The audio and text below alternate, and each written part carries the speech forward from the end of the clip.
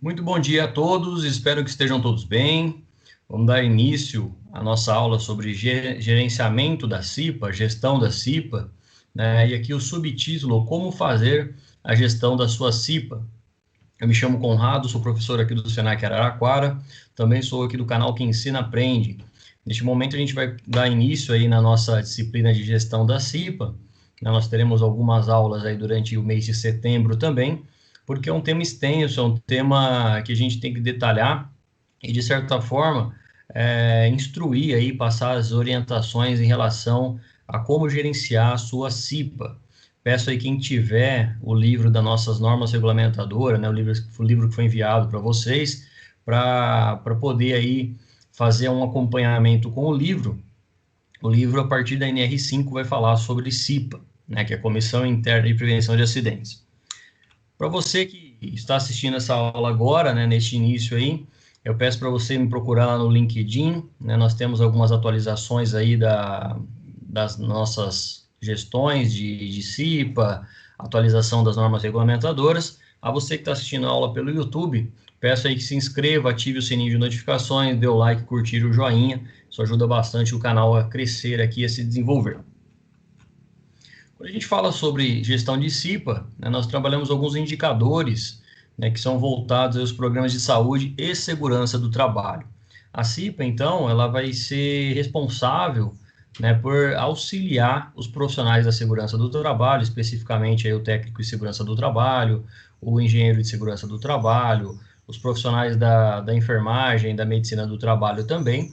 E a CIPA, ela serve, né, como um auxiliar ali, como uma equipe de apoio do SESMIT, tá bem? E quando a gente fala sobre esses indicadores aí que a gente vai trabalhar, especificamente, né, nós temos aí 9 indicadores no nosso plano de aula, né, nosso plano de ação aqui, e consequentemente nosso plano de curso.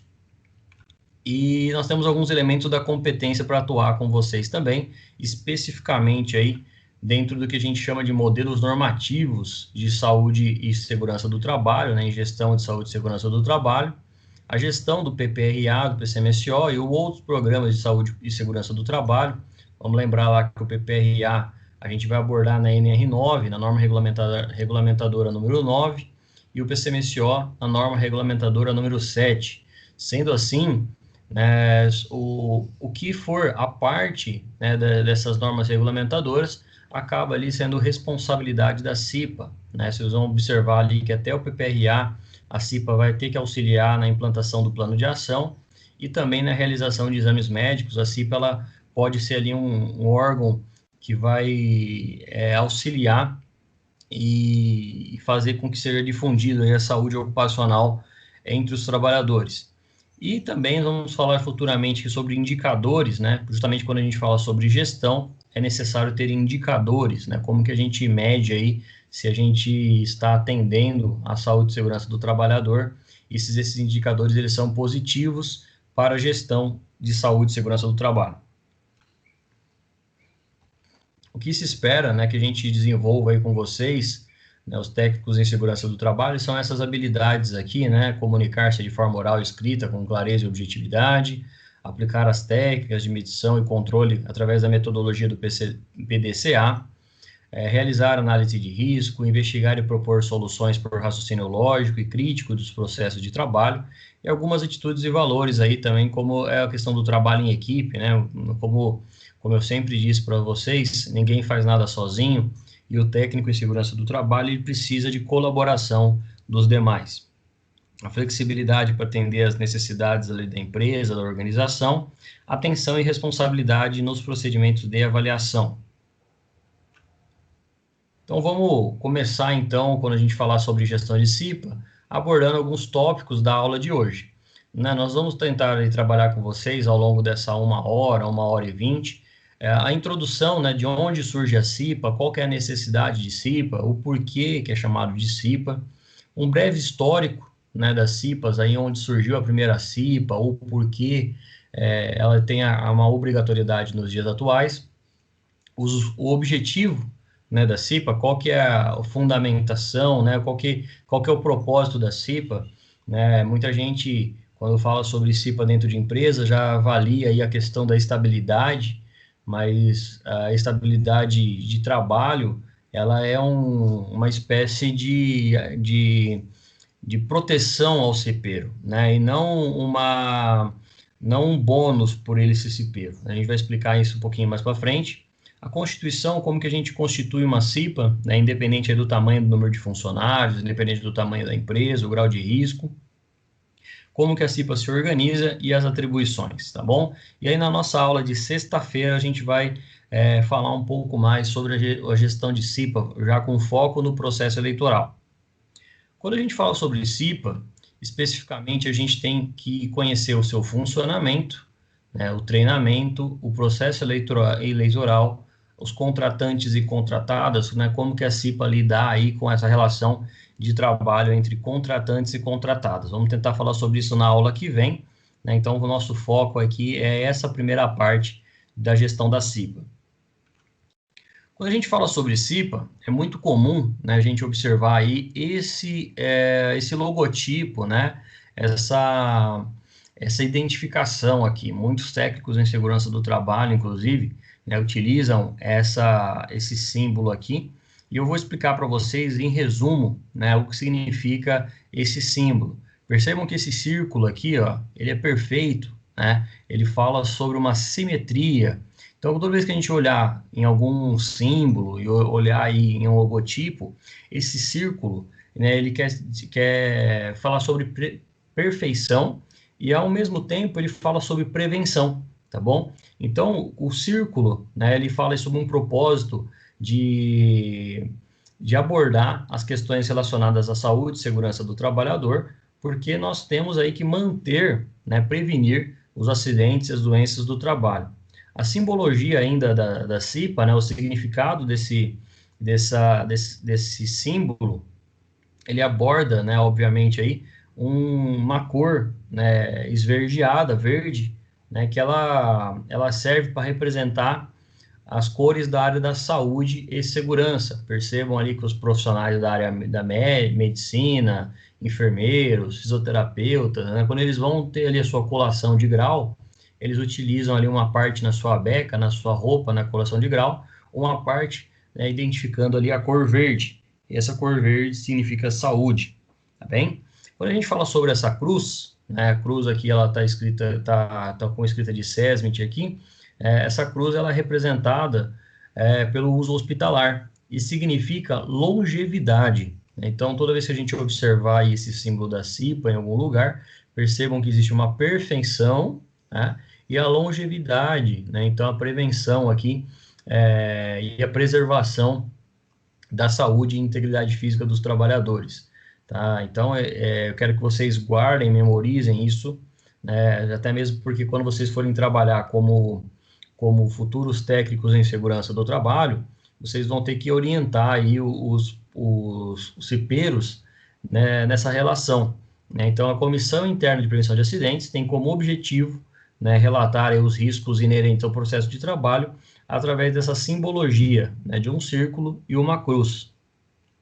E a CIPA, como a gente vai abordar na aula de hoje, eles são participantes de um processo.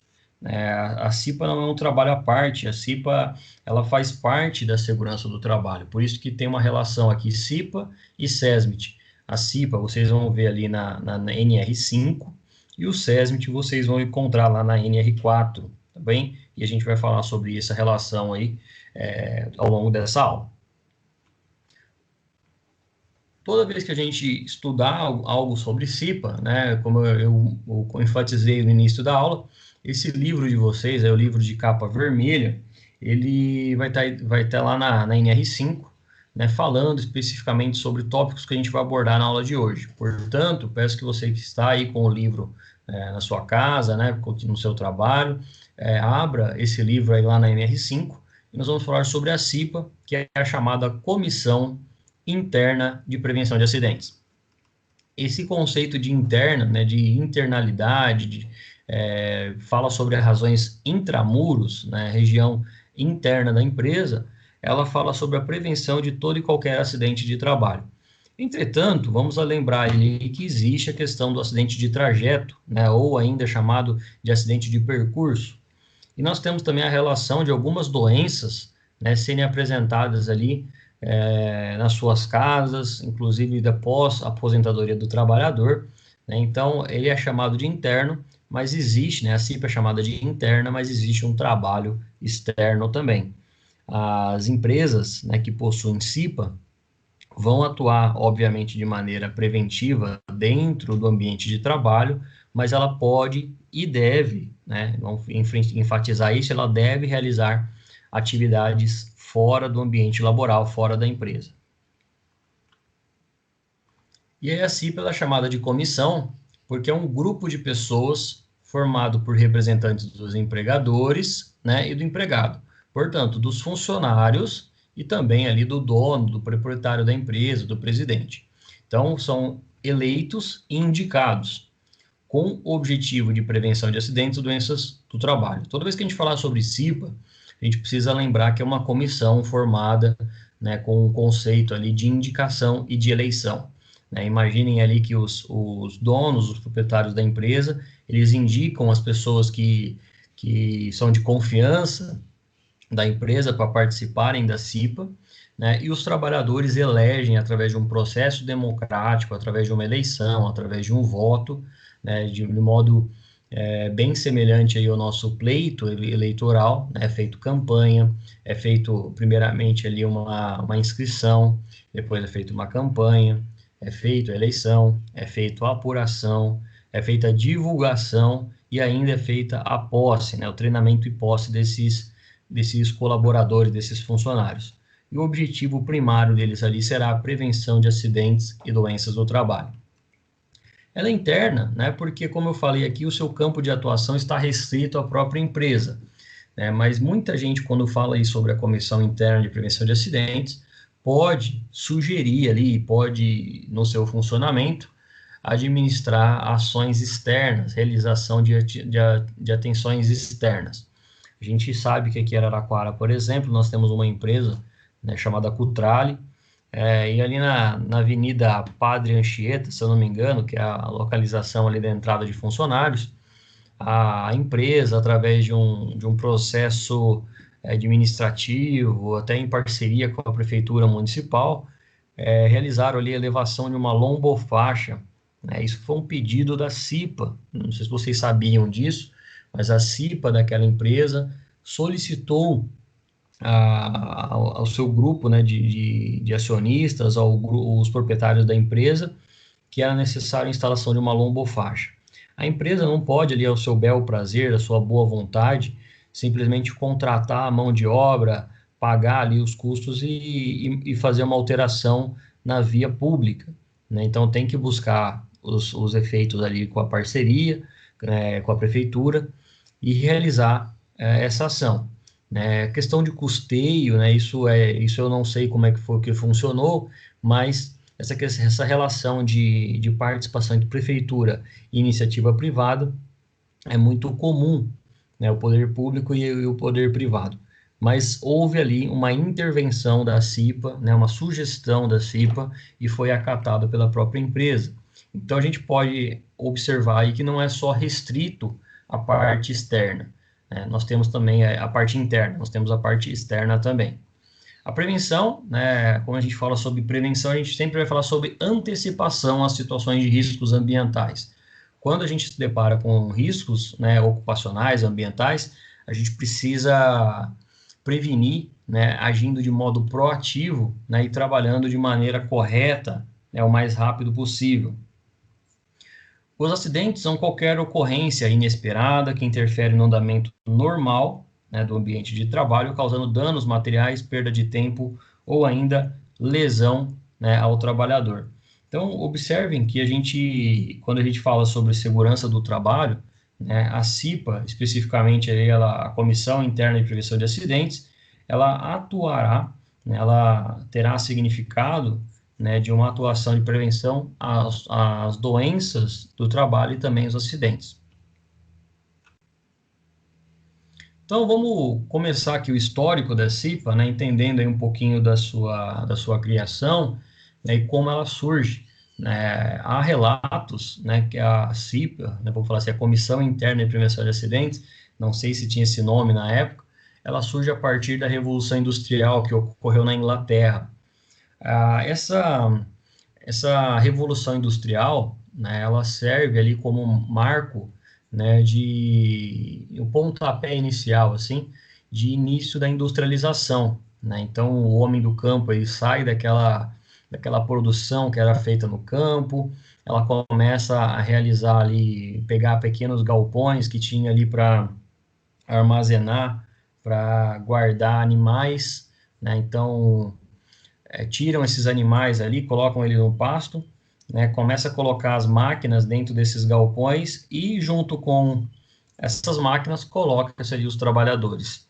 E aí, em decorrência da Revolução Industrial, a chegada dessas máquinas nas empresas, né, aumenta o número de acidentes e lesões aos trabalhadores. Percebam que o trabalhador, né, o ser humano, ele não tinha um contato habitual com máquinas, né? Quando tinha, era um contato eventual, né? Era um contato que era feito mais aos finais de semana, geralmente era associados ali a uma necessidade, né, de colheita, né? E aí começou a ocorrer isso de modo contínuo, né? De segunda a segunda, com 14, 16 horas de trabalho, nós tínhamos interação de máquinas, né, com crianças, né, então não existia uma idade para começar a trabalhar, qualquer criança ali, qualquer adolescente poderia pegar uma máquina para dar produção como se fosse um adulto, independente ali da sua idade, né, mas havia ali uma mão de obra mais focada ao sexo masculino, né, o sexo feminino nesse momento, ele era visto ali como era mulheres que precisavam ficar em casa, fazer comida para os seus maridos, né, para os seus filhos, e os homens iam ali trabalhar, homens e crianças do sexo masculino. No Brasil, a primeira CIPA, ela surge ali através de um decreto-lei, né, em 10 de novembro de 1944. Né? Quando a gente fala aqui de 1944, nós estamos falando aí de quase 100 anos atrás, né? 80 anos aproximadamente, institui aí a obrigatoriedade da criação da CIPA em todas as empresas que tenham aí trabalhadores como empregados.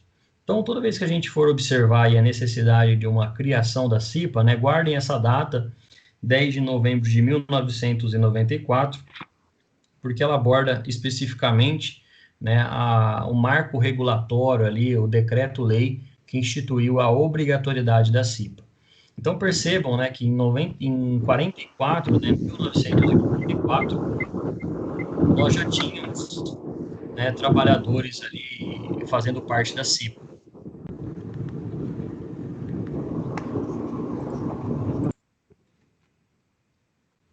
Esses trabalhadores da CIPA, né, eles impulsionaram a implementação da segurança do trabalho no Brasil, né, e hoje, né, ela é obrigatória em todas as empresas privadas, públicas, ainda de sociedade de economia mista, né, essas empresas que são tanto do governo como também de iniciativas privadas. E aí percebam, né, que se 10 de novembro de 44, né, nós tínhamos CIPA, não existe hoje, né, uma empresa que possa alegar aí que não sabia da obrigatoriedade de ter CIPA, tá bem? Então percebam aí que não dá para a gente colocar, né, que não sabia da necessidade. A CIPA ela é obrigatória em qualquer empresa, né, e a gente vai ver aí alguns trâmites, né, geralmente associados ao número de funcionários. Então, se você tiver com o livro de NRs aí, percebam, né, que lá no item 5.1 vai abordar da seguinte forma: a Comissão Interna de Prevenção de Acidentes, ou seja, a CIPA, a partir de agora a gente vai falar somente sobre essa sigla, CIPA, tem como objetivo a prevenção de acidentes e doenças decorrentes do trabalho, de modo a tornar compatível permanentemente o trabalho com a preservação da vida e da promoção da saúde do trabalhador. Então, independente da empresa ser industrializada, independente da empresa ser de ambientes rurais, independente se for da área da saúde, né, ou da indústria alimentícia, da indústria farmacêutica, existe a obrigatoriedade de ter uma CIPA, e essa CIPA vai ter como propósito ali, como objetivo, criar uma proteção à saúde e à preservação da vida dos trabalhadores.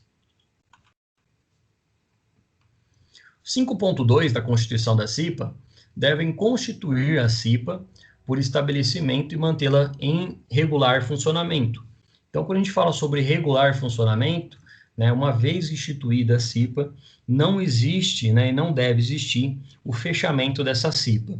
Se a empresa tem ali mais que 20 funcionários e fez uma CIPA hoje, até o fechamento dessa empresa, até a falência dessa empresa, até a empresa fechar as portas, a CIPA se mantém em funcionamento aberto, tá bem? Em regular funcionamento.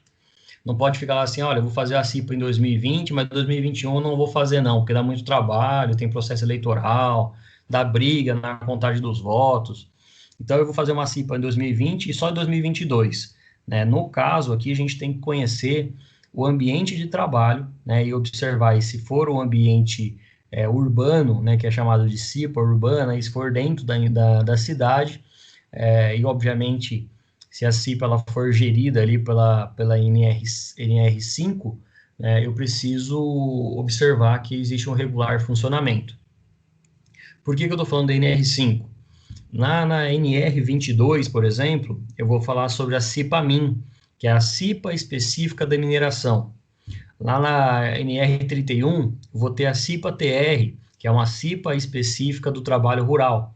Então, todas as outras CIPAs, se não for em ambientes rurais ou se não for em ambientes de mineração, será aí chamado de CIPA urbana, tá? Mas eu posso simplesmente tratar como CIPA e as demais ali vão receber a alcunha, né, o nome de CIPA-TR ou CIPA-MIN. As empresas privadas, né, e públicas e sociedade de economia mista, órgãos de administração direta e indireta, instituições beneficentes, associações recreativas, cooperativas, bem como outras instituições que admitam trabalhadores como empregados. Pessoal, fazer um detalhamento aqui sobre empresas privadas e públicas, né? Vamos lembrar aqui que a empresa de capital privado é uma empresa que não tem incentivo do governo, tá bem? Em resumo, seria uma aula de administração à parte, mas quando a gente fala de empresa de capital privado, é aquele indivíduo, né, que tem tem ali a necessidade de ser empresário, empreendedor e monta uma empresa, tá? Então, esse é uma empresa privada. Toda vez que a gente falar de empresa pública, né, nós temos aí diversas empresas públicas no Brasil, mas vou dar um exemplo para vocês do Correios. Né? O Correio é uma empresa pública, nós temos ali a Caixa Econômica Federal, que é uma empresa pública, são órgãos ligados à União, né? São empresas aí ligadas ao governo federal. Nós temos economias de sociedade mista, né? Então vamos pegar um exemplo aqui de economia de sociedade mista. Nós temos aqui na nossa região a Embraer, né? Que ela tem ali uma parte que é privada, né? De acionistas, de proprietários, e nós temos também, né, a aeronáutica, que faz ali incentivos, né, que coloca dinheiro nessa empresa. Então existe uma parceria pública-privada, e porém ela é administrada por um conselho, né, de empresários, mas o governo federal coloca dinheiro nessa empresa. Órgãos de administração direta e indireta, nós estamos falando aqui, por exemplo, do poder legislativo, e do poder executivo, naturalmente. Quando a gente fala de órgãos de administração direta, por exemplo, a prefeitura é um órgão de administração direta.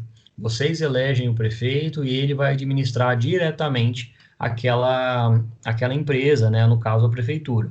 E a administração indireta são os indicados pela administração direta. Então, nós temos ali, por exemplo, a Secretaria da Saúde, a Secretaria da Educação. Elas são órgãos de administração indireta, porque eles foram indicados pelos prefeitos e, consequentemente, os representantes do povo. As instituições beneficentes, né, vamos pegar exemplos aqui que nós temos em Araraquara mesmo, nós temos aí o Lar Nosso Ninho, nós temos a APAI, nós temos a UDEFA, né, são instituições beneficentes que têm como atuação, né, atuar de maneira filantrópica, né, mas são consideradas instituições beneficentes. Se houver ali a necessidade de CIPA, né, dependendo do número de funcionários, haverá, né, a obrigatoriedade de criar e ter uma gestão dessa CIPA. Associações recreativas e cooperativas, né, em resumo, quando a gente fala aqui, vamos pegar exemplos de associações culturais ou associações como funcionários do Banco do Brasil, associações como clubes, né, recreativos. Aqui nós temos diversos na cidade, né, quando a gente fala aqui, por exemplo, nós temos o Náutico, nós temos ali aqui em Araraquara, nós temos o Clube 22 de Agosto, nós temos outros clubes recreativos. Existe a necessidade ali, se tiver um número de funcionário acima do regulamentado pela CIPA, existe a obrigatoriedade. Em resumo, né, quando a gente pega todo esse enunciado, né, de empresas privadas até associações cooperativas, eu estou falando de instituições que tenham trabalhadores como empregados. Todo trabalhador, né, que é regido pela CLT, que o contrato de trabalho ele é formalizado via CLT, existe necessidade, né, se o trabalhador for regido por CLT, existe a necessidade de ter uma CIPA. Quando a gente fala sobre a constituição da CIPA, né, eu preciso conhecer também o artigo 164 da CLT, que vai trazer aqui passo a passo, né, como que deve ser a representação da CIPA, mas a gente vai falar isso um pouquinho mais à frente.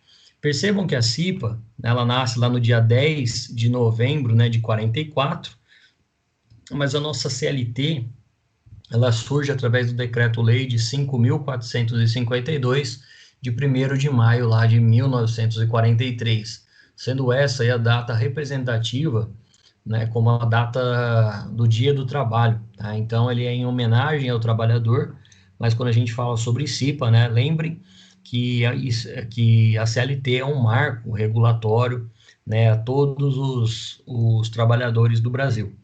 A CLT, ela significa consolidação das leis do trabalho.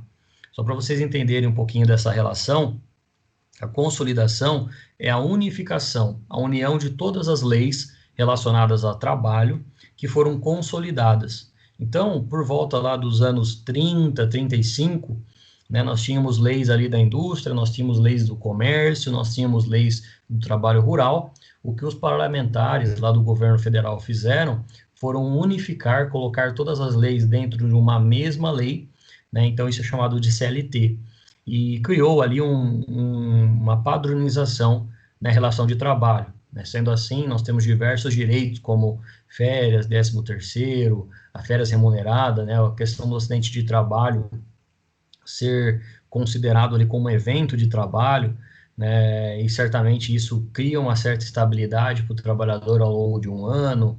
Nós tivemos ali a necessidade de criar uma carteira de trabalho, né, e outros benefícios ao trabalhador e seguranças ao trabalhador também. Lá no seu 5.3, né, fala sobre a constituição da CIPA. As disposições contidas nesta NR aplicam-se no que couber aos trabalhadores avulso ou às entidades que ele tomem serviços, observadas as disposições estabelecidas em normas regulamentadoras de setores econômicos específicos. Quando a gente falar sobre setores econômicos específicos, eu preciso lembrar a todos vocês que nós temos ali não só a NR5, que fala sobre CIPA, mas eu vou observar, né, essa relação do trabalho, por exemplo, em outras normas regulamentadoras.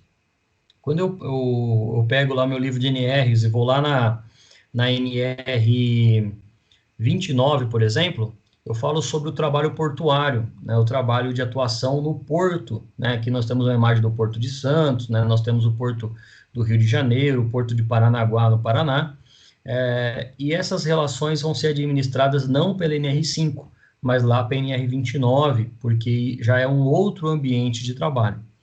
Assim como eu falei também sobre a mineração, assim como eu falei também do trabalho rural.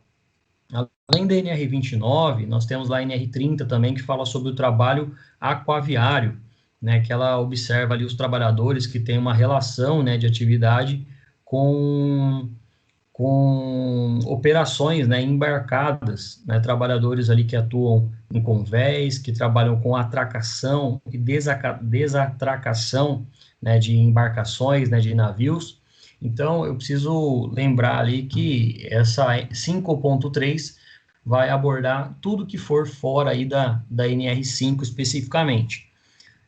O que a gente chama de trabalhadores avulsos são esses trabalhadores que geralmente são chamados ali para carregar, né, e para abastecer as embarcações, né? Então, nós temos ali esses trabalhadores que atuam, né, de maneira remunerada, mas geralmente eles não têm ali um contrato específico, uma carteira de trabalho assinado. Isso é feito sobre demanda, tá bem? Então, quando houver embarcação, quando houver necessidade de embarcação, haverá esses trabalhadores. Percebam que essa é uma realidade, né, de verem ali trabalhadores de chinelo, outros de bermuda, sem camiseta, mas o que se espera desses trabalhadores é que eles trabalhem ali com capacetes, né, não porque uma sacaria dessa aqui vai ser prevenida com acidente, mas uma corda dessa pode vir a atingir o trabalhador, né, ele pode cair ali no mar, né, então ele tem que fazer uso de um colete salva-vidas, né, ele pode trabalhar de bermuda sem problema, né, visto que a região ali próxima ao porto é muito sol, é muito quente, desde que ele esteja ali com sapato de segurança, desde que ele seja identificado, né, percebam aí um trabalhador, ele provavelmente deve estar ali sem nenhum registro, né, do seu registro geral, né? Ninguém deve saber o nome completo dele, o CPF, informar ali, ter um telefone de contato com os familiares. Por isso é necessário, né, criar uma padronização, trabalhadores ali com uniforme, IPIs, se não for um registro em CLT, pelo menos um contrato de trabalho para poder exercer essa função.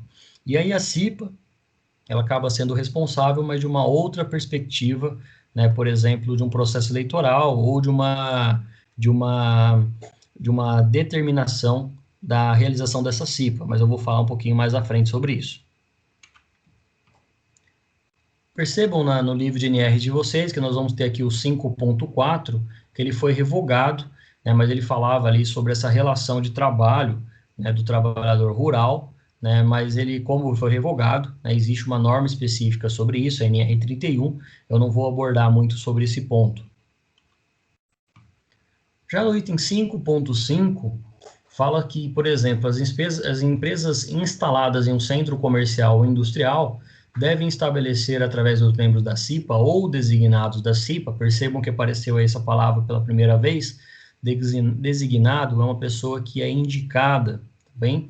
E eu vou falar um pouquinho mais sobre isso lá no processo eleitoral, mas se a empresa não tiver a necessidade de ter uma comissão, ela vai ter que designar ao menos um trabalhador para fazer parte ali da prevenção, né, de acidentes e doenças do trabalho. Então, eles vão desenvolver mecanismos de integração com o objetivo de promover o desenvolvimento de ações de prevenção de acidentes e doenças decorrentes do ambiente e das instalações de uso coletivo, podendo contar com a participação da administração dos mesmos. Vamos pegar um exemplo aqui do Shopping Jaraguá. Nós temos um shopping aqui na nossa cidade, e aí temos 4, 5 empresas ali com mais de 20 funcionários. Eles vão precisar ter uma CIPA, né, e as empresas que não tenham ali mais de 20 funcionários vão precisar ter um designado. E porque eles estão instalados dentro de um mesmo centro comercial, eles vão ter que desenvolver ações de prevenção e acidentes a doenças decorrentes do ambiente e das instalações de uso coletivo, como, por exemplo, as áreas comuns.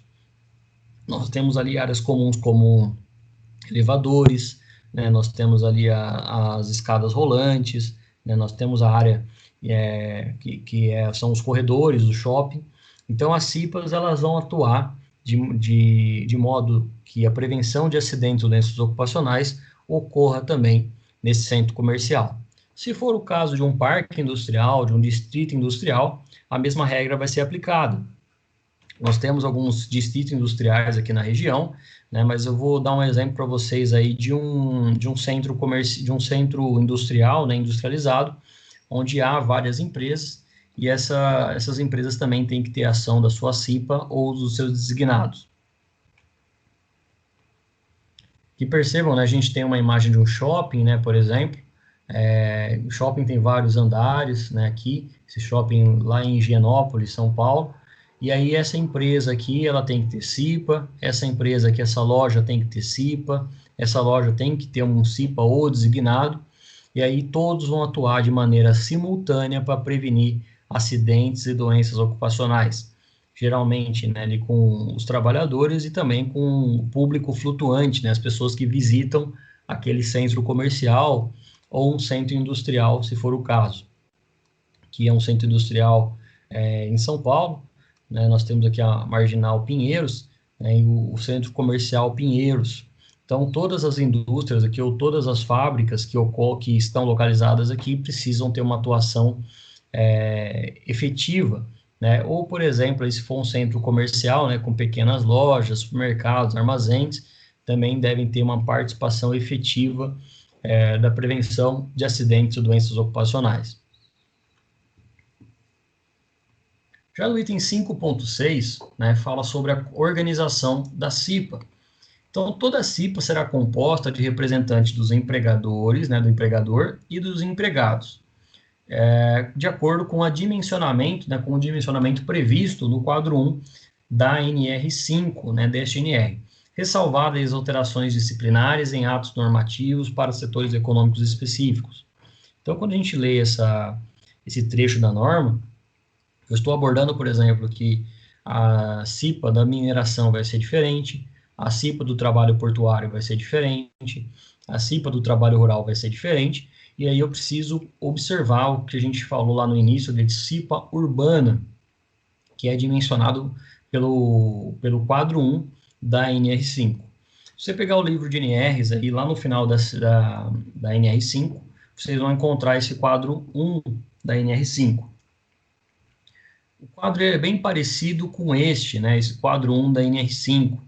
Então, percebam, né, que ele vai ter aqui uma espécie de grupo, vai aparecer o grupo C1, C2, C33, C34, nós teremos grupos voltados aí à chamada comissão, né, então vai ter a comissão 1, comissão 2, comissão 3, e essa comissão ela vai ter sempre um número na sua frente. Então, eu vou encontrar esse grupo aqui, geralmente aí no meu cartão, tanto do CNPJ da empresa, como também no CNAE, né, no Código aí da Nacional de Atividades Econômicas da empresa. A gente vai fazer uma prática na semana que vem para a gente encontrar esse cartão do CNPJ da empresa, mas se você procurar aí no Google, né, cartão do CNPJ, Receita Federal, você vai encontrar um site, vai digitar o CNPJ da empresa e vai encontrar ali se a empresa está em situação regular, ativa, né? E se você, técnico de segurança do trabalho, tiver contato com o contador, né, é muito mais fácil aí você passar o CNPJ para esse contador, para esse escritório de contabilidade, ele vai te passar esse código da empresa. Algo que é muito importante você perguntar também para o contador, né, ou para o proprietário da empresa, é o número de empregados daquele estabelecimento, tá bom? Quantos funcionários eu tenho regidos pela CLT? Lembra que a CIPA ela sempre vai sempre funcionar em empresas que tenham regime de CLT, trabalhadores contratados, admitidos como empregados. Além de saber do grupo, e o número de empregados do estabelecimento, eu volto aqui para encontrar o número de membros da CIPA. Percebam que existem os efetivos, que são chamados eleitos, né? E a partir dessa eleição, eu também vou ter meus membros suplentes, tá? Ocorre geralmente essa questão de efetivos e suplentes, porque o efetivo ele é eleito, mas se porventura ele sair da empresa, ele tiver uma proposta melhor de trabalho, precisar sair da empresa, eu posso colocar um suplente para suprir, né, para substituir esse membro que foi eleito, tá bom? É mais ou menos aquela relação, né, que o trabalhador, se ele precisar sair da empresa, né, ele precisar ser desligado ali pela sua própria vontade, eu tenho algum membro, né, que é suplente, né, que é substituto daquele membro eleito. Entretanto, percebam que esse membro efetivo, ele não pode ser desligado da empresa, né, somente se ele solicitar o desligamento. A gente vai falar um pouquinho mais sobre isso quando a gente for falar sobre a relação de estabilidade. E aí, fazendo uma prática, né, percebam que a gente encontrou aqui o grupo C30, né, o grupo C30 aí, ele vai ter membros efetivos e suplentes, como todos os grupos aqui, né, todas as comissões, e aí eu vou precisar encontrar o número de empregados daquele estabelecimento. No caso aqui, nós temos entre 301 funcionários a 500 funcionários, a 500 trabalhadores. Então, se eu já encontrei esse grupo C30, né, e já sei o número de empregados do meu estabelecimento, eu vou traçar aqui uma seta para baixo e uma seta lateral. E aí eu vou chegar aqui nessa coluna. Portanto, todos os números que estão em volta, né, eu não vou levar em consideração agora, mas eu só vou acrescentar aqui se houver uma alteração do número de empregados desse estabelecimento. Então, quando eu encontro a quantidade de membros da CIPA, primeiro eu encontro o grupo C30, na sequência eu encontro lá, se ele tiver 430 empregados naquele ambiente, eu vou precisar aqui fazer um sinalzinho, uma bolinha aqui, e traçar, né, uma régua aqui, traçar um paralelo com esse grupo aqui C30, para encontrar o número de membros efetivos. No caso, esses membros serão ali 5 membros titulares, né, efetivos, e 4 membros suplentes, para que caso um trabalhador dali saia, tenha uma suplência, tá bom? Então, essa é uma forma básica aí de ter uma organização da CIPA. Novamente, aqui uma outra prática. Eu vou encontrar ali o C17, que é a quantidade de membros efetivos mais suplentes, e na sequência aqui, a mesma quantidade de funcionários. Então, o grupo C17, com membros efetivos e suplentes, entre 400, 300 funcionários, eu vou ter ali 4 membros efetivos e 4 suplentes, totalizando ali 16 membros da CIPA. Por que esses 16 membros da CIPA? Eu tenho no processo eleitoral 8 efetivos e 8 suplentes, 4 efetivos e 4 suplentes, totalizando 8 membros, né, do processo eleitoral, mais 8 membros indicados pela empresa, né? Então, nós temos o processo eleitoral que vai levantar ali 4 membros efetivos e suplentes, e eu também vou ter 8 membros indicados pela empresa, totalizando 16 membros da CIPA dessa empresa. Quando a gente fala sobre a organização da CIPA, né, eu tenho lá no item 5.6.1 que os representantes dos empregadores, titulares e suplentes serão por eles designados. Portanto, a empresa, a indústria, o órgão ali que é responsável pela empresa, né, que é o proprietário da empresa, ele vai designar, ele vai indicar o presidente da CIPA, o seu respectivo secretário e membros titulares e suplentes. Percebam aí que no processo eleitoral da CIPA, ela é diferente do processo democrático, porque geralmente no processo democrático, o mais votado, né, é aquele que recebe ali, né, a responsabilidade de gerir a empresa, de gerir ali o município, por exemplo. Mas nesse caso, para que haja uma separação, né, de forças de trabalho, tanto dos empregados como dos trabalhadores, né, dos empregadores dos empregados, haverá uma divisão de poderes, né? Então, o presidente e o secretário serão indicados pela empresa, mas o vice-presidente será o eleito, né, pelos trabalhadores.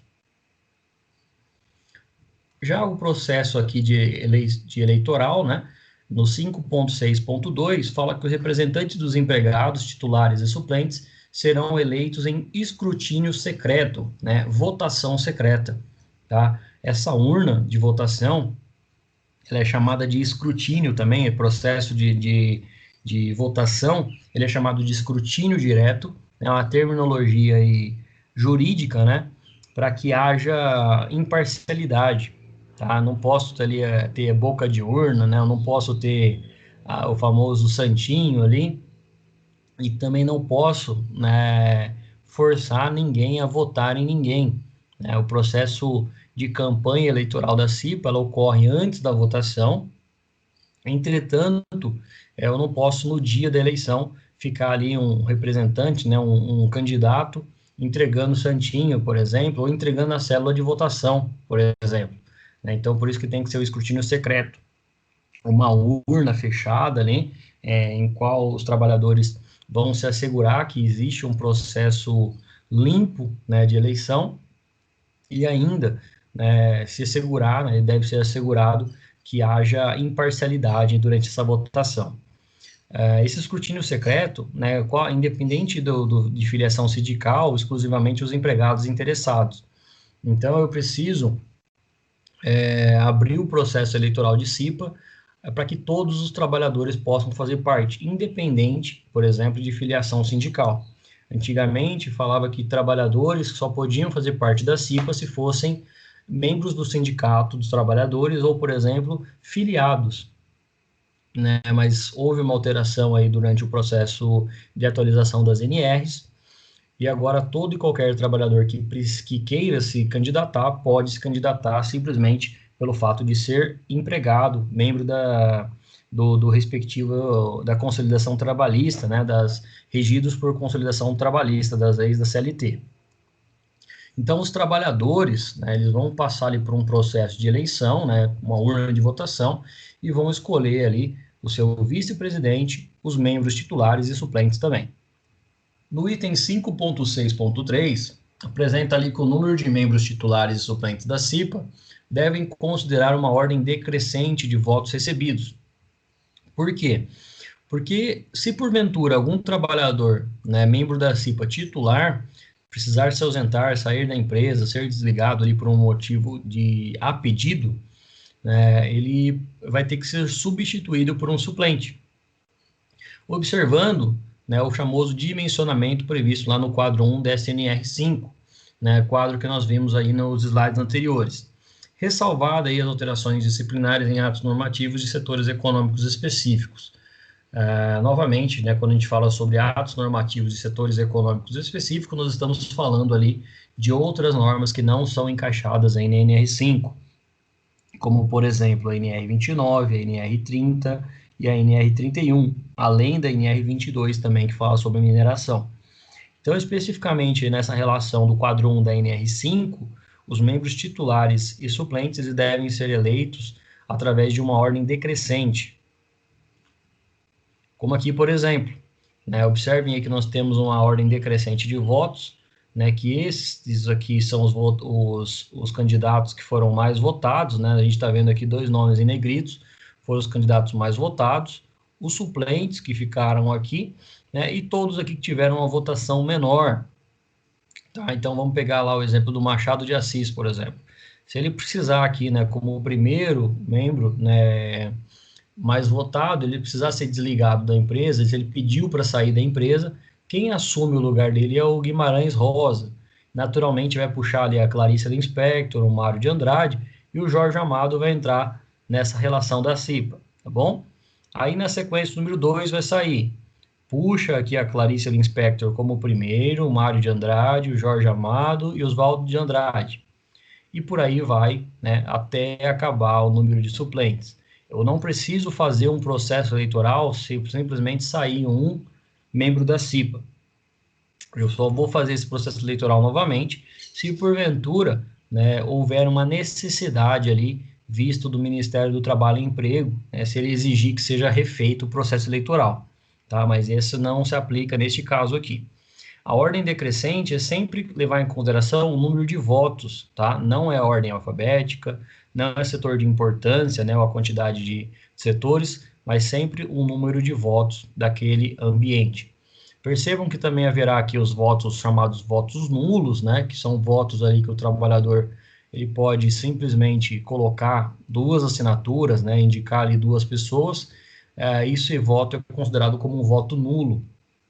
A cédula de votação, ela não permite que você indique, né, que você vote em duas pessoas, assim como acontece ali na urna eleitoral, não tem como você eleger dois governadores, dois prefeitos, dois deputados, né? para o mesmo cargo. Então, se no caso ali for anulado o voto, né, ele é considerado ali um voto nulo, e isso deve fazer parte aí dessa ordem decrescente. E também, quando a gente fala em votos brancos, é simplesmente aquele trabalhador que pegou a cédula, né, encarou a fila ali por 20, 30 minutos e colocou a cédula em branco dentro da urna.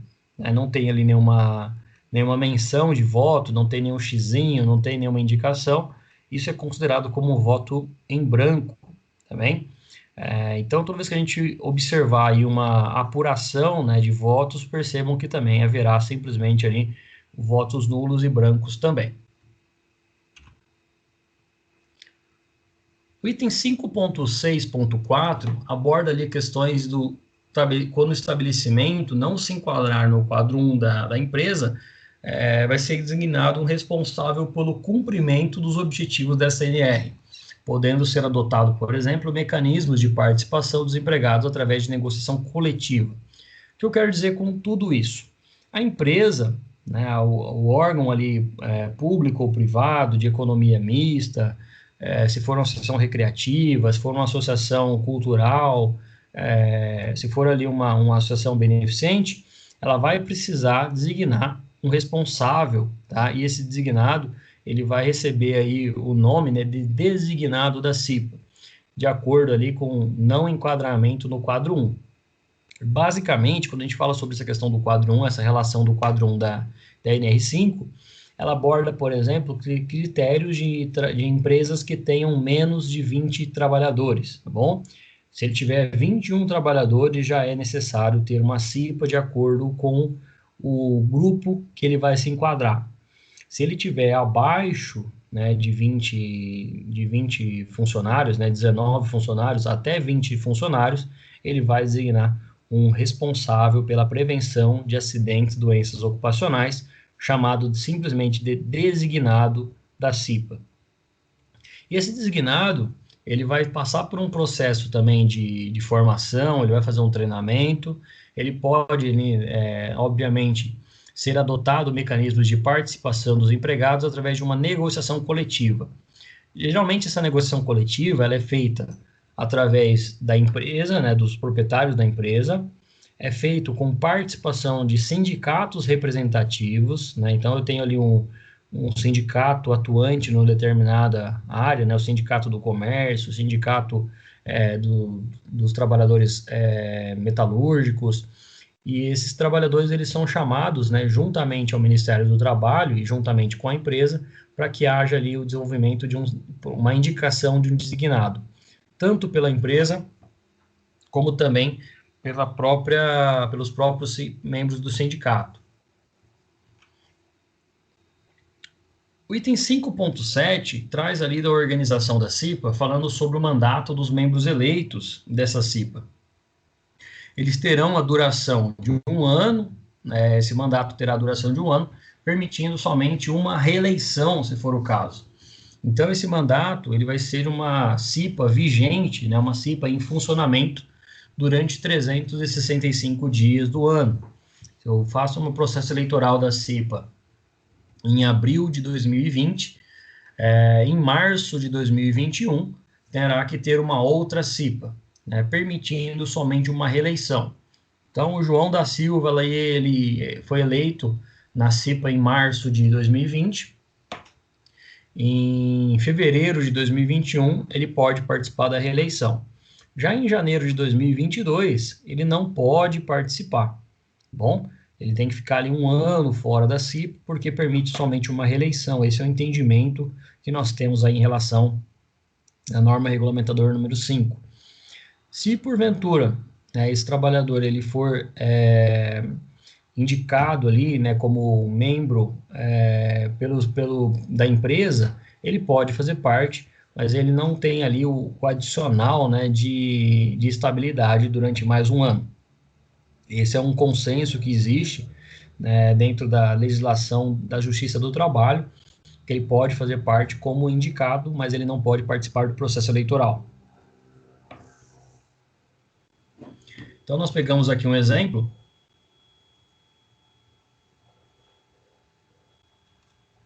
E neste exemplo, a gente vê aqui no ano de 2019, lá em junho de 2019, o trabalhador vai ter ali um mandato que a gente chama de estabilidade provisória. Por que provisória? Porque sabe que daqui a um ano vai acabar, tá bem?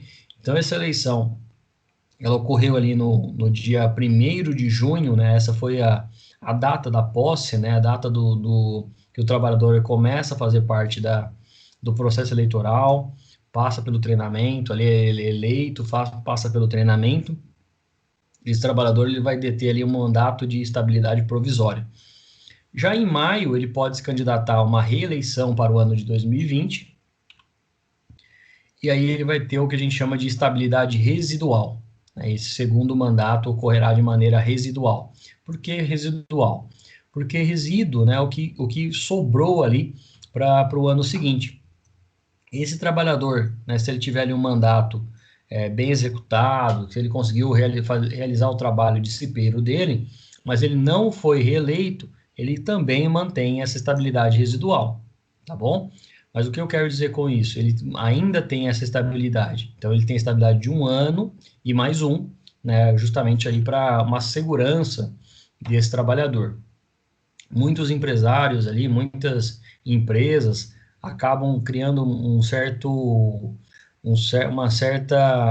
mecanismo de perseguição, de acompanhamento, né, ferrenho desses cipeiros, e aí foi criada essa estabilidade justamente para isso, para dar uma segurança de mais um ano para esse trabalhador, para que ele desenvolva o trabalho dele no primeiro mandato de maneira coerente, né, de maneira como tem que ser, tá bem? E lembrando, né, que no final desse mandato residual, ele não poderá ser candidato. Mesmo que ele não foi eleito, né, mesmo que ele não tenha sido eleito, ele não pode ser candidato. Tá? Então, percebam vocês aí, técnicos de segurança.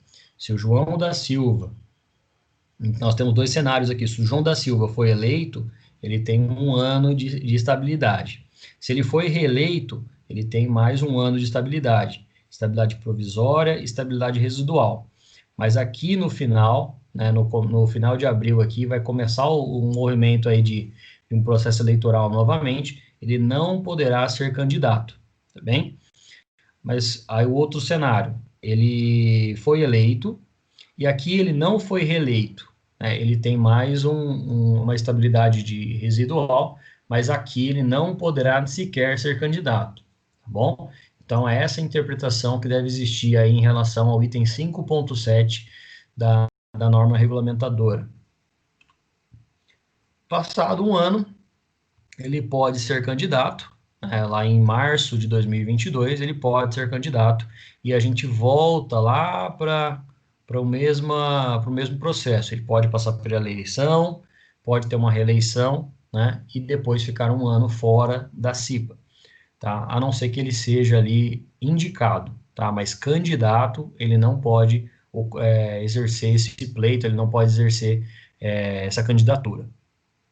Cabe aí ao processo, à comissão eleitoral, né, os técnicos de segurança, a empresa que desenvolve o processo eleitoral, e não deixar lá o João da Silva fazer parte do processo eleitoral. Já no item 5.8, fala ali que é vedada a dispensa arbitrária ou sem justa causa do empregado eleito para o cargo de direção de comissões internas de prevenção de acidente, desde o registro da sua candidatura até 1 ano após o final do seu mandato. O que é dito aí nesse item 5.8, né, se a gente for analisar a fria lei, né, do jeito que ela é escrita, é que o trabalhador ele não pode ser dispensado arbitrariamente, tá? Ou sem justa causa. Então, vamos avaliar primeiramente o que é chamado de dispensa arbitrária. Toda vez que a gente conhece a dispensa arbitrária, ela precisa, né, ser consolidada de acordo com o artigo 24 da CLT, que é a famosa aí de dispensa imotivada, tá? Então, não há um motivo específico, ele simplesmente foi dispensado, né? Então, o trabalhador ele não pode ter essa dispensa arbitrária porque ele foi eleito para o cargo da CIPA, ou sem justa causa. Quando a gente fala sobre dispensa de justa causa, né, a gente precisa conhecer ali o que leva, né, uma dispensa sem justa causa, o famoso aí JC, né, justa causa. A dispensa em justa causa, vamos lembrar que o trabalhador, toda vez que ele é dispensado sem justa causa, tem que ter um motivo, né, e geralmente esse motivo ele deve obedecer alguns processos ali, como, por exemplo, advertência, né, um aviso prévio, o trabalhador ele precisa ser informado por escrito, né, que ele está sendo dispensado com justa causa e tem que ser levado em consideração o motivo, né, dessa justa causa. Eu preciso sempre observar aí o que está previsto na lei, né, quais são os motivos de justa causa. Então, geralmente os motivos, né, são 14 motivos ainda que vão ser avaliados, né, mas esses motivos eles devem ser sempre avaliados pela empresa com muita cautela. Primeiramente, lembrar, né, que toda vez que há uma celebração de um contrato, né, de trabalho, ele deve ter ali nas premissas bem destinado ali, escrito no contrato de trabalho, quais são os atos que não são aceitados pela empresa, né, não são aceitos pela empresa. Por exemplo, um trabalhador que ele é pego ali furtando um objeto da empresa, né, isso pode ser considerado uma dispensa com justa causa. Um trabalhador ali que, porventura, né, realize uma prática libidinosa dentro da empresa, por exemplo. Um trabalhador que esteja portando ali dentro do ambiente de trabalho, criando ali procura de sites impróprios no ambiente de trabalho, realizando aí bullying com os trabalhadores, né, com os colegas de trabalho, desrespeitando as normas internas, condenação criminal de um trabalhador, tá? Se ele for contratado e foi preso, por exemplo, né, ele tem que aguardar, a empresa tem que aguardar ali o final do processo para que haja, por exemplo, uma condenação. Se o trabalhador simplesmente ele está preso no ambiente de trabalho, numa cadeia ou numa delegacia, ele está detido, ele não está efetivamente condenado, tem que ser aguardada a condenação. Nós temos ainda outros casos aí, como a embriaguez, portar uma arma de fogo no ambiente de trabalho, né? Obviamente, se ele fizer jus ali a necessidade de trabalhar armado, né? Como casos de vigilância, como os casos de segurança patrimonial, isso vai ser uma prática de ferramenta de trabalho.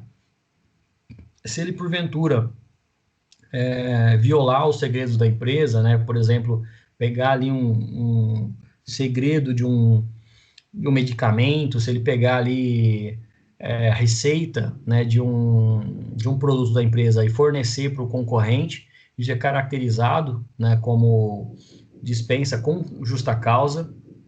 Alguns atos de insubordinação, de indisciplina, né, como ofender ali ou abandonar o trabalho também, ou ofender os seus encarregados, supervisores, gestores, ou ainda, né, atos lesivos ali, que são chamados atos lesivos de honra, né, ou, consequentemente, práticas de ofensas físicas aos trabalhadores, né? Então, se porventura o trabalhador cumprir um dos itens que a gente acabou de citar aqui, isso pode ser considerado aí como uma prática de dispensa com justa causa, tá? Todos os outros itens aí não vão ser aplicados aí aos membros da CIPA, tá bem?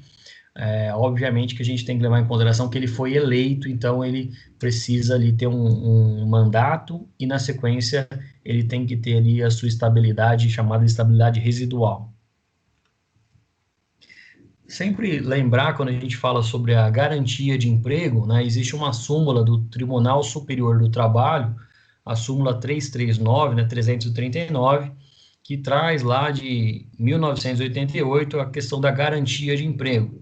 O suplente da CIPA vai ter uma garantia de emprego, e vai ter uma estabilidade provisória, né, e ela não deve constituir como uma vantagem pessoal, mas garantia para a atividade dos membros da CIPA.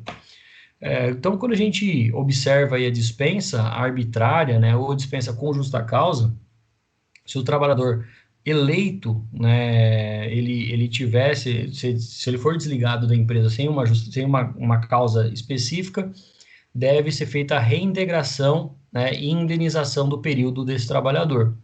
Então, percebam aí que não é tão simples assim desligar um membro da CIPA, né? Então, a gente, enquanto técnico de segurança do trabalho, deve conhecer muito bem os prazos de eleição, de indicação desses trabalhadores, para que não ocorra uma dispensa arbitrária, uma dispensa aos membros eleitos da CIPA. E todo trabalhador que, porventura, queira sair da CIPA, ele tem que escrever uma carta ali de próprio punho, chamado Carta de Renúncia ao Mandato da CIPA e à Estabilidade. Então, vou pegar o exemplo lá do João da Silva novamente. Ele está trabalhando numa empresa, a empresa, ele foi membro eleito da CIPA, ele é o vice-presidente, foi mais votado ali da CIPA, mas ele recebe uma proposta de trabalho melhor, ou a família dele está se mudando ali, e ele precisa mudar ali daquela cidade. Não tem como ele permanecer na empresa morando em outra cidade, por exemplo, né, com 300 quilômetros de distância. Ele vai precisar criar ali uma carta de próprio punho, assinar e entregar uma via ao sindicato da empresa e uma outra via no setor de recursos humanos da empresa. Isso deve ser arquivado no prontuário do trabalhador para que ele comprove ali a sua renúncia ao mandato da CIPA e, consequentemente, a estabilidade. Então, nós temos esse modelinho aqui, que isso fica aí com vocês, né, como uma parte aí da aula de gestão da CIPA. Já no item 5.9, serão garantidos aos membros da CIPA a constituição de não descaracterizem suas atividades normais na empresa, sendo vedada a transferência para outro estabelecimento sem a sua anuência, ressalvado o disposto no parágrafo 1º e 2º do artigo 469 da CLT.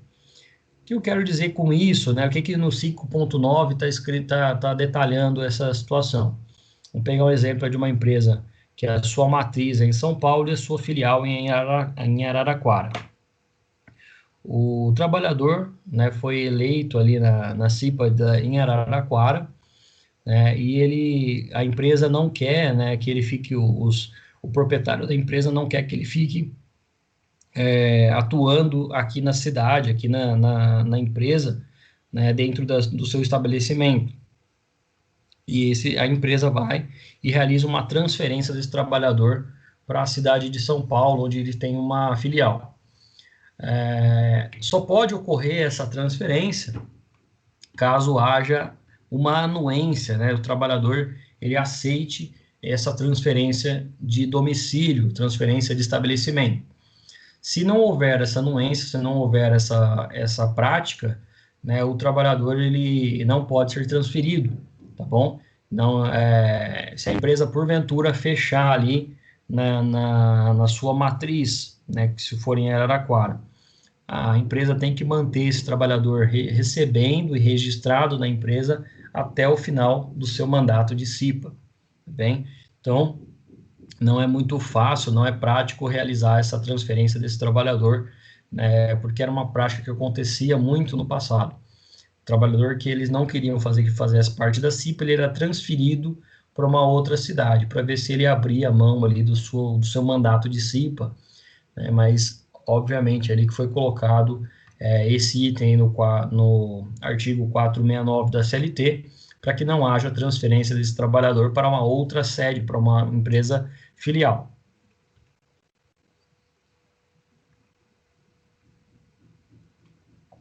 Então, o artigo 469 da CLT, ele esclarece, né, que o empregador é vedado transferir o empregado sem a sua anuência.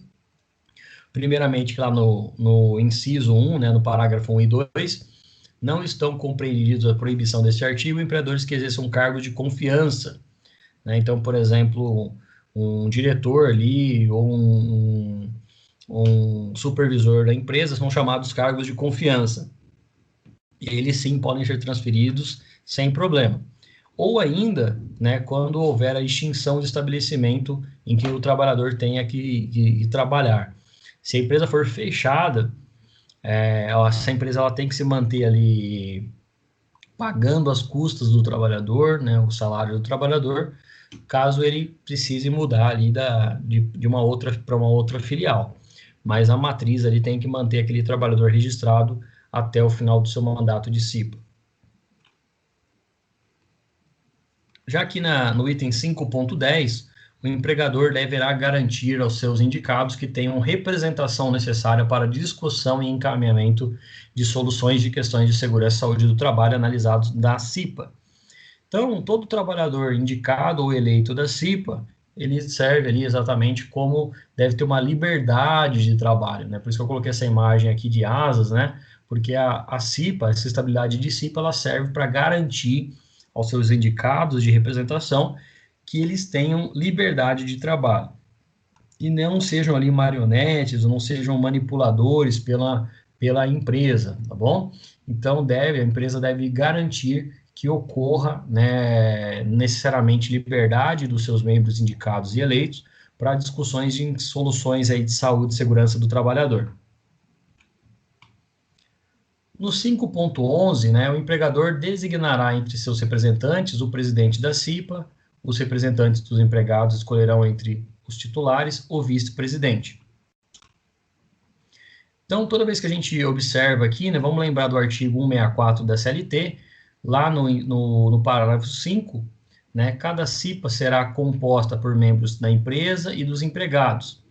E lá no parágrafo 5, traz que o empregador designará anualmente, dentre os seus representantes, o presidente. Então, a aceitação, né, para a empresa realizar uma CIPA é que os empregados, né, vão eleger ali o vice-presidente, mas a empresa, a direção da empresa vai indicar o seu presidente. Tá? Então, o presidente ele vai ser o responsável pelo funcionamento da CIPA, que a gente vai ver isso na próxima aula, mas o mais votado, né, vai ser o vice-presidente. Quando a gente fala sobre a organização da CIPA, né, eu vou ter ali na sua gestão, né, que os membros da CIPA eleitos e designados serão empossados no primeiro dia útil após o término do mandato anterior. Toda vez que a gente observa ali uma execução, né, uma criação, uma instalação e posse de membros eleitos e designados da CIPA, eu vou ter que guardar essa relação do primeiro dia útil após o término do mandato anterior. Suponho lá que no dia 20 de agosto de 2020 acabou uma CIPA. No dia 21, né, é o primeiro dia útil após o término da CIPA, eu tenho já que ter membros tomando posse, né, dessa CIPA. E aí, né, fica como modelo para vocês aqui a ata de instalação e posse da Comissão Interna de Prevenção de Acidentes, CIPA. Falando aqui, né, determinando, né, que a empresa apresentou, teve um processo eleitoral, declarou instalado, ou seja, em funcionamento, em vigor, a CIPA, através dos seus membros, representantes dos empregados, né, dos empregadores e dos empregados. E, na sequência, foi dado posse ali ao presidente da CIPA e depois ali apresentando o vice-presidente, secretário, tesoureiro, que são os cargos que a gente vai apresentar para vocês de funcionamento da CIPA.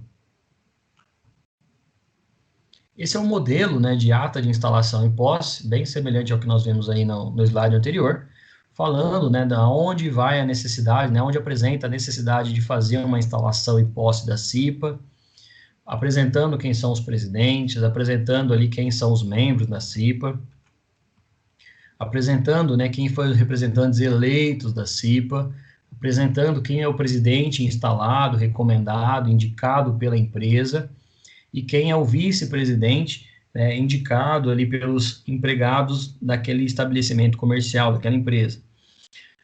E abordando, né, a questão da estabilidade da CIPA a partir de um ano, a partir daquela data. Esse modelo de ata de instalação, né, ele está disponível aqui para vocês nesse slide, ele serve para todo e qualquer CIPA, independente do seu tamanho. E aí, no final, né, deve compor ali a assinatura, né, de todos os membros que participaram do processo eleitoral, assim como o presidente, o vice-presidente, o secretário. Percebam que aqui a gente está tratando de assinatura, né, e aí uma orientação, né, para todo e qualquer membro da CIPA, é que eles considerem, né, que que tanto a presidência e a vice-presidência, né, devem ser assinados por esses trabalhadores. O secretário da CIPA e os membros da CIPA, né, devem ser assinados também aqui na sequência, e é uma orientação que é dada para todo e qualquer técnico em segurança, é que treinem, né, o secretário a realizar essa ata, tá bom? Porque ele vai ter que fazer essa ata ao final de cada reunião. E percebam que a assinatura é destinada aqui a um espaço em branco para colher essas assinaturas, que elas sejam assinadas pelos membros do processo eleitoral e, consequentemente, da CIPA, para que comprovem a efetiva participação da reunião ou ainda da instalação e posse dos membros da CIPA. Ainda, né, será indicado de comum acordo aos membros da CIPA um secretário e seu substituto entre os componentes ou não da comissão. Neste caso, né, será necessária a concordância do empregador. Então, suponho, né, que uma pessoa ali tenha maior facilidade em trabalhar com computação, com digitação, seja uma pessoa organizada, né, que atue dentro dos prazos, essa pessoa será a secretária, e essa secretária vai indicar ali, juntamente, né, com os membros, dentro dos membros da CIPA, um auxiliar, um substituto. E deve haver concordância da empresa, né, do empregador, em relação aos membros da CIPA e, consequentemente, o secretário e o seu substituto. Já no item 5.14, né, vai tratar da documentação referente ao processo eleitoral. Né? Então, esse livro é chamado de ata de eleição, né, ou livro ata. Ele não está mais em vigor, né, de funcionamento. Né? Muita CIPA ainda trata isso como uma prática comum, habitual, mas esse livro, né, ele não tem a necessidade mais de ser físico desse jeito. Né? Até é difícil de encontrá-lo aí em pequenas papelarias. Né? Esse livro, ele é chamado de livro ata, né, mas ele serve perfeitamente, ele é um documento feito no Word, né, com a colheita de assinatura dos trabalhadores. Toda vez que a gente fala sobre documentação referente ao processo eleitoral da CIPA, ele deve ficar arquivado, né, encaminhado também ao Sindicato dos Trabalhadores quando solicitado. O empregador deve fornecer cópia de atas, né, tanto da eleição como da posse dos membros titulares e suplentes da CIPA, mediante recibo. Então, terminou uma CIPA, terminou um processo eleitoral, terminou uma reunião, eu posso encaminhar através do e-mail dos trabalhadores, eu posso imprimir uma cópia a mais para cada trabalhador, eu posso colher a assinatura de todos os trabalhadores ali naquela ata, e depois fornecer um xerox, uma cópia, para os membros titulares e suplentes da CIPA, mediante recibo. Tá? Então, o secretário deve ser responsável por essa elaboração, tanto da ata, como também das cópias, né, dessas atas para os membros da CIPA, e, consequentemente, solicitar ali um recibo, a assinatura de um recibo dessa ata. Aqui eu tenho um exemplo, né, da ata de eleição, né, então, um comprovante de recebimento. Eu aqui, Antônio da Silva, número do meu RG, recebi ali uma cópia de ata de eleição e de posse, do calendário também de reunião, né, para que ninguém aborde ali que não sabia que a reunião ia acontecer, né, e traz ali a assinatura desse membro da CIPA para que comprove ali efetivamente que ele recebeu a cópia desses documentos.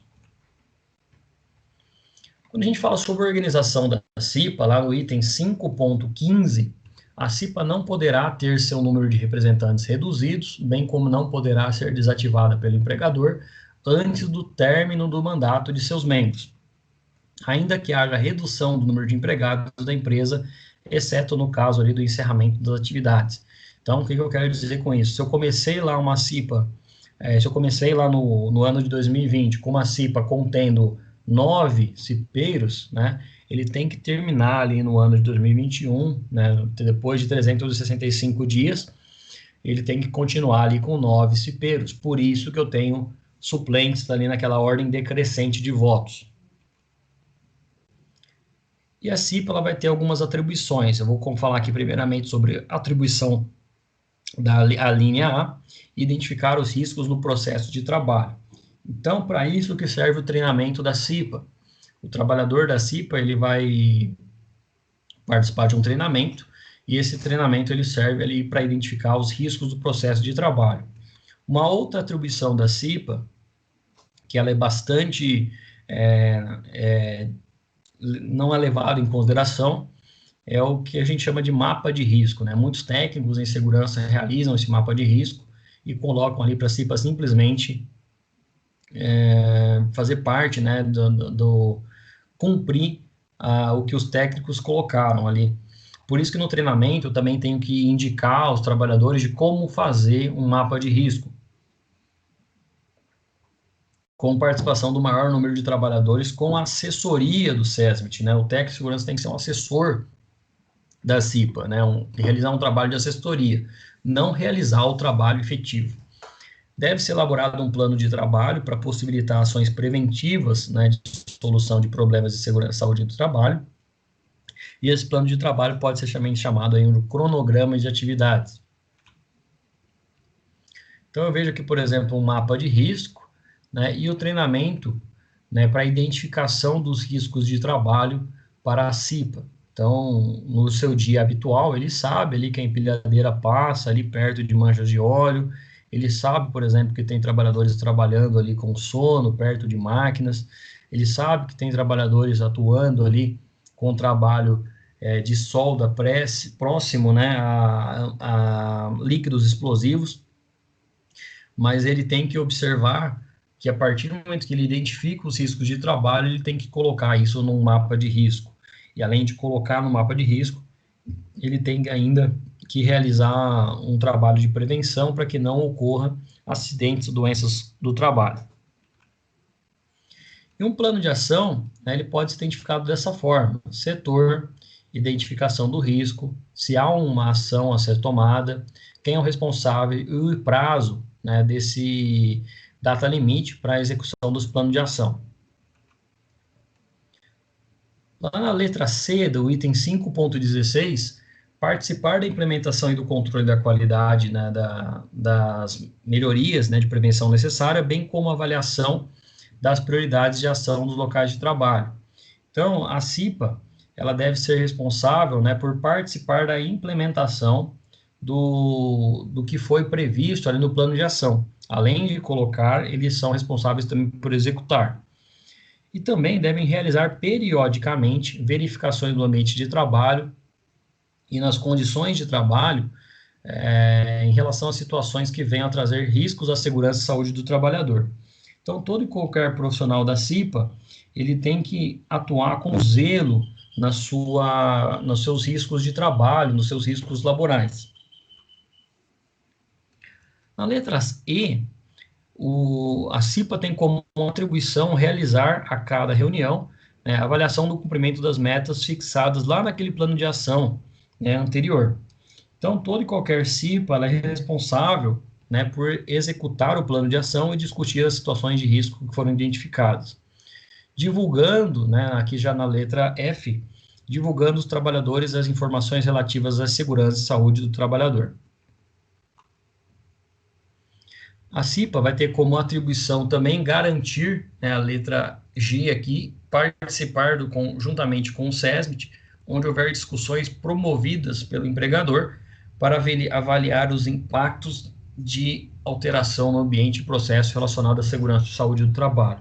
Portanto, o SESMIT e a CIPA devem executar aqui uma parceria de sucesso, né, em que todos são responsáveis pela prevenção de acidentes e doenças ocupacionais. Já na letra H, né, requerer, né, a CIPA deve requerer ao SESMIT quando houver, ou ao empregador, né, se não houver SESMIT, vão requerer à empresa, uma paralisação de uma máquina ou setor onde considere que haja um risco grave e iminente em segurança e saúde dos trabalhadores. Então, a CIPA pode parar ali um processo, pode interditar uma máquina, solicitar a paralisação, para que, se houver ali um risco grave e iminente à saúde dos trabalhadores envolvidos, a CIPA pode solicitar essa paralisação. E quando a gente fala em paralisação, deve ser determinado também, né, o que está na base lá do artigo 13 da Constituição, né, obviamente, sempre que houver ali um perigo iminente e grave para a vida e saúde dos trabalhadores, de acordo com a Convenção da Organização Internacional do Trabalho, né, 155, lá de 81.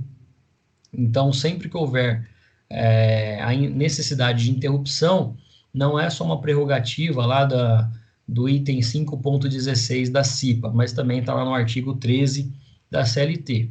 E ainda, né, lá na NR 9.6.3, o empregador deverá garantir, né, que se houver riscos do ambiente de trabalho, né, de situação grave e iminente, a CIPA, né, também de acordo com a NR9, deve comunicar o fato ao superior hierárquico para devidas providências, sendo ela ali a recomendação de interromper de imediato suas atividades se houver risco grave e iminente de risco a um ou a mais trabalhadores do mesmo ambiente laboral. Já na linha, né, no item I e J, a CIPA deve colaborar no desenvolvimento e implementação do PCMSO e do PPRA, assim como a gente falou lá no início da nossa aula, e também divulgar e promover o cumprimento das normas regulamentadoras, bem como os acordos coletivos aí de trabalho relativos à segurança e saúde do trabalho. Ainda, né, deve participar em conjunto com o SESMIT, sempre da análise de causas do trabalho e acidentes de trabalho. Então, se houver um acidente de trabalho, a CIPA deve participar em conjunto com o SESMIT, que é o seu presidente, vice-presidente da CIPA, pode participar ali de uma reunião, né, deve participar ali de uma assembleia feita com os membros do SESMIT para entender qual foi a análise, né, qual foi a causa de uma doença ou um acidente de trabalho. E essa análise deve sair ali com um plano de ação de como, né, deve ser feito para que não ocorra novamente esse acidente ou que delimite ali ações de doenças do trabalho, propondo de imediato uma solução. Ainda, né, papel da CIPA, requisitar os membros e analisar as informações sobre questões que tenham interferido na saúde e segurança dos trabalhadores. Então, se porventura, né, um trabalhador ali apresentar uma reclamação a um CIPEiro sobre perda auditiva, né, ou, por exemplo, que ele está apresentando dores na região do ouvido, a partir do momento que mudou uma máquina naquele ambiente. O CIPEiro, ele vai ser ali a voz, né, ele vai ser o porta-voz perante ao SESMIT ou reuniões da CIPA, em que trabalhadores têm apresentado queixas em relação à audição. E nós temos ainda, né, a necessidade, né, de estudar um guia de análises de acidentes de trabalho. Eu vou deixar na descrição do vídeo esse material aqui, que é um material rico em relação a causas de acidente de trabalho e como realizar um levantamento de análise de acidente de trabalho. Esse é um material disponível aí no Ministério do Trabalho, lá de 2010, né, relativamente recente, né, temos 10 anos, mas ele é muito rico em relação à investigação e análise de acidentes de trabalho. A CIPA terá como atribuição ainda, né, requisitar às empresas cópias da CAT emitida das comunicações de acidente de trabalho. A CIPA pode fazer um levantamento, né, vamos lembrar que a comunicação de acidente de trabalho, ela deve ser comunicada imediatamente ao INSS e à empresa, se houver um trabalhador afastado ou acidentado, mas essa CAT ela é emitida à empresa, né, pela empresa, para que tenha segurança do trabalho, né, e tenha ali segurança previdenciária aquele trabalhador acidentado. Então, a gente sabe que a previdência, para abrir um afastamento do trabalhador, vai precisar da comunicação do acidente de trabalho, contendo ali um local de acidente, quando foi a data do acidente, quais foram as consequências desse acidente. A CIPA ainda vai promover anualmente, né, em parceria com o SESMIT, o que a gente chama de CIPAT, ou a Semana Interna de Prevenção de Acidentes de Trabalho. Essa CIPAT, ela tem como intuito, né, basicamente, fazer uma celebração à vida e, consequentemente, a prevenção de acidentes de trabalho e doenças ocupacionais, e essa CIPAT deve ocorrer ali anualmente de maneira obrigatória. A CIPA ainda vai participar anualmente, em conjunto da empresa, a campanha de prevenção a HIV, né, ou a AIDS, né, na doença aí da síndrome da imunodeficiência adquirida. E então, quando a CIPA foi desenvolvida, lá especificamente a NR5, lá em 78, né, nós vivíamos aí uma era, né, na década de 70, da proliferação do número crescente de pessoas com HIV. E aí foi colocado, né, de maneira atributiva, né, de instituição, para que a CIPA fizesse também uma campanha de prevenção que pode ser realizada dentro aqui da CIPAT ao longo de um ano. Então, em resumo, a CIPA deve identificar e fazer uma avaliação quantitativa, né, dos riscos de trabalho, deve levantar ali os riscos no processo de trabalho. A CIPA vai ter como atribuição também elaborar um mapa de risco, ela vai elaborar um cronograma, né, um plano de trabalho, vai participar, né, de implementação e de controle de qualidade das medidas de prevenção, vai verificar nos ambientes, nas condições de trabalho, onde há risco ocupacional, risco ambiental, ela vai avaliar o cumprimento das metas fixadas, né, no plano de ação, no plano de trabalho, e debater os riscos foram identificados, foram levantados. A CIPA também vai divulgar a todos os trabalhadores do estabelecimento qual que é o seu papel, né, e qual que é o risco nos ambientes de trabalho, e vai participar de discussões promovidas pelos empregadores, né, de modo mensal, né, nas reuniões mensais, chamadas de reuniões ordinárias, né, que elas têm uma ordem específica para ocorrer. Então, essa CIPA, ela vai se reunir mensalmente para discutir os acidentes de trabalho e as ações de prevenção dos ambientes de trabalho. Uma das outras atribuições da CIPA é realizar a CIPAT, né, a Semana Interna de Prevenção de Acidente, né, que ela tem ali como propósito, né, fazer uma celebração da vida, falando sobre atuações da CIPA, especificamente sobre cada tipo de risco daquele ambiente de trabalho, e ainda, né, vão fazer ali uma ação de prevenção ao que nós chamamos aí da síndrome da imunodeficiência adquirida, né, a famosa AIDS, né, produzida aí por causa do vírus do HIV. Né, esse símbolo, esse laço aqui, ele representa, né, ações de prevenção ao HIV, né, a semana de prevenção à AIDS, por exemplo, que pode ser realizada aí durante a CIPAT. Lá no item 5.17, cabe ao empregador proporcionar aos membros da CIPA meios necessários para o seu desempenho e suas atribuições, garantindo tempo suficiente para a realização das tarefas constantes no plano de trabalho. Portanto, cabe à empresa proporcionar ali meios necessários, por exemplo, uma sala para ambiente, né, e debate sobre realização de acidentes de trabalho, né, sobre ações para prevenir ações de acidentes de trabalho e doenças ocupacionais. Essa sala deve constar ali um ambiente próprio, né, para um debate e tempo suficiente, né, de geralmente 1 hora e meia, para que tenha ali realização dessas tarefas, né, e ainda, né, não deve ficar delimitando o horário de funcionamento da CIPA, né. Então, geralmente as empresas deixam, né, ali a segunda a sexta-feira do mês, ou a primeira segunda-feira do mês, de acordo com cada característica, com cada empresa. E essa realização de reunião da CIPA, ela deve ter um caráter obrigatório, né, conforme foi dito aí nos slides anteriores. Cabe aos empregados, né, os seus direitos e deveres, né, primeiramente participar da eleição e de seus representantes, né, da CIPA. A empresa, né, os funcionários devem colaborar com a gestão da CIPA. Os empregados devem também indicar a CIPA ao SESMIT, né, e os empregadores ali, situações de risco, apresentar sugestões de melhoria às condições de trabalho, observar e aplicar no ambiente de trabalho as recomendações quanto à prevenção de acidentes e doenças decorrentes do trabalho. Toda vez que a gente fala sobre CIPA, então, essas são as obrigações dos funcionários, dos empregados da empresa, contendo ali seus direitos e também os seus deveres, né? Muita gente aí associa que nós temos muito mais direitos, mas também, se a gente for observar, nós temos bastante deveres, e esses deveres são esses aqui, né, que a gente está vendo na atribuição dos seus empregados.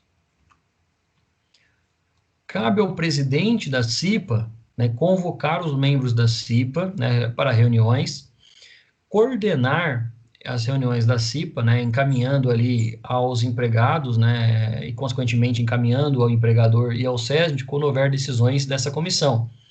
Então, suponho ali que durante a reunião apresentou alguma dúvida, apresentou uma queixa, a CIPA vai recorrer ao SESMIT ou ainda, né, ao presidente da empresa, ao dono da empresa, quando houver ali decisões dessa comissão.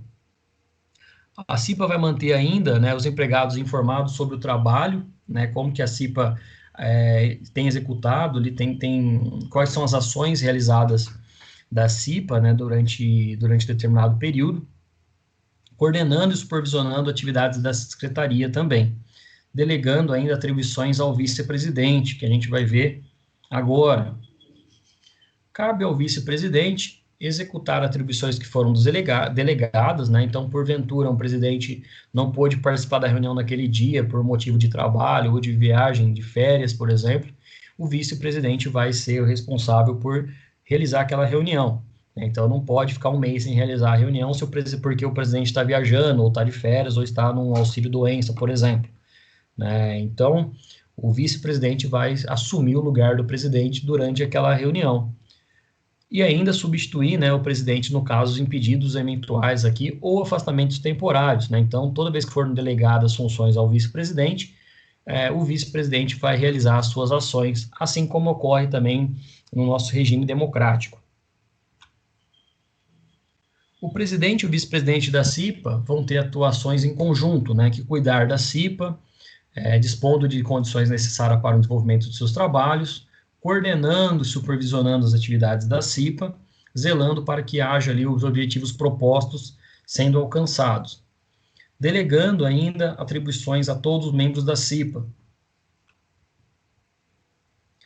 promovendo o relacionamento da CIPA com o SESMIT quando houver, divulgando as decisões da CIPA a todos os trabalhadores do estabelecimento, encaminhando os pedidos de reconsideração das decisões da CIPA e constituindo a comissão chamada de constituição de comissão eleitoral, que nós vamos ver isso na próxima aula.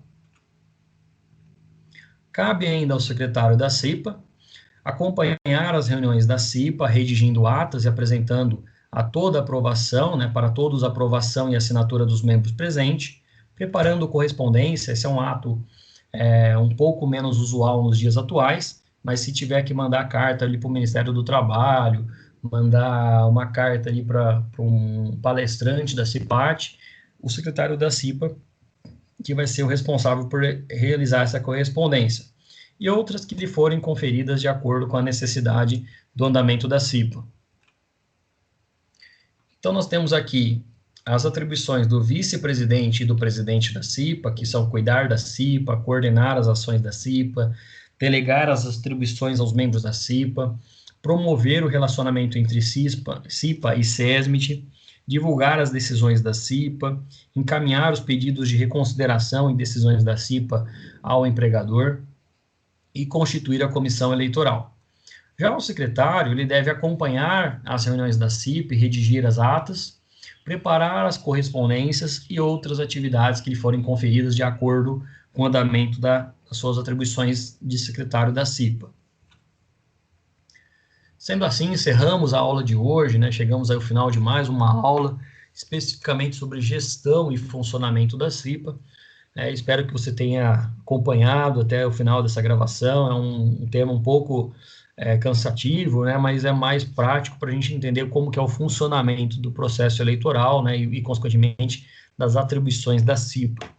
O processo eleitoral a gente vai ver na próxima aula, juntamente com o treinamento da CIPA e a relação contratado e contratante. A você que acompanhou essa aula aqui, eu agradeço. A você que está assistindo essa videoaula até agora, né, eu agradeço bastante também. Caso vocês tenham alguma dúvida, podem entrar em contato comigo através desse e-mail, ou estou no grupo do WhatsApp da sala de vocês também. Um forte abraço a todos, obrigado, até breve, até a próxima aula.